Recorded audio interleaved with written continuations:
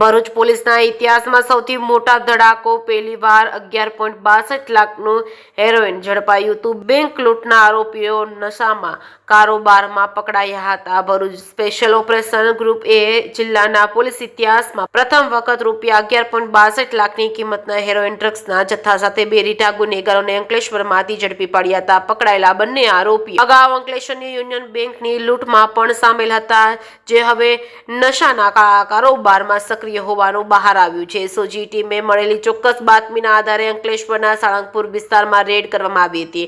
આ કાર્યવાહી દરમિયાન રાકેશ કુમાર મંડલ અને દીપક કુમાર સિંહ પાસેથી 58.11 ગ્રામ શુદ્ધ હેરોઇન મળી આવ્યું હતું। ઉપરાંત પોલીસે ડિજિટલ વજન કાંટા, પેકિંગ માટેના પાઉચ તેમજ સિલ્વર ફોઇલ તેમજ મોબાઈલ ફોન સહિત કુલ 11,72,000નો મુદ્દામાલ જપ્ત કર્યો છે। ડ્રગ્સના આ નેટવર્કમાં લક્ષ્મણનગરના સંતોષ નામના શખ્સનું નામ ખુલતા તેને વોન્ટેડ જાહેર કરાયું છે।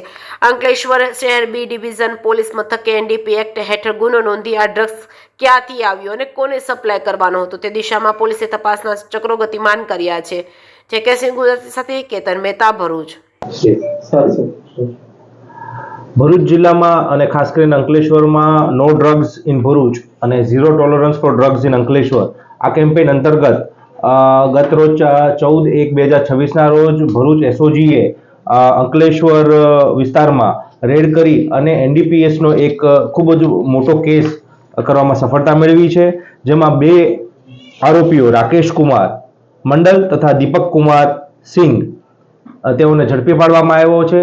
આ બંને જણા જે છે તેમની પાસેથી 58.11 ગ્રામ જેટલો હેરોઇનનો મુદ્દામાલ છે કબજે કરવામાં આવ્યો છે, જેની કુલ કિંમત 11,62,000 થાય છે। આ તમામ મુદ્દામાલ મળી અને કુલ 11,72,000 જેટલો મુદ્દામાલ છે એ જપ્ત કરવામાં આવ્યો છે અને આ બાબતે ગુનો દાખલ કરી અને પોલીસની તપાસ ચાલુ કરવામાં આવી છે। સર, આપણે જે આરોપીઓ છે એ લોકો યુનિયન બેંકની લૂંટની અંદર પણ સામેલ હતા, એવું કંઈ? આ બંને આરોપીઓએ ભૂતકાળમાં 2022માં યુનિયન બેંક ઓફ ઇન્ડિયામાં લૂંટ કરી હતી અને તેમની વિરુદ્ધ બે અન્ય ગુનાઓ પણ નોંધાયેલા છે। બીજો ભૂતકાળ ઇતિહાસ ના, અત્યારે આ બે મળ્યા છે।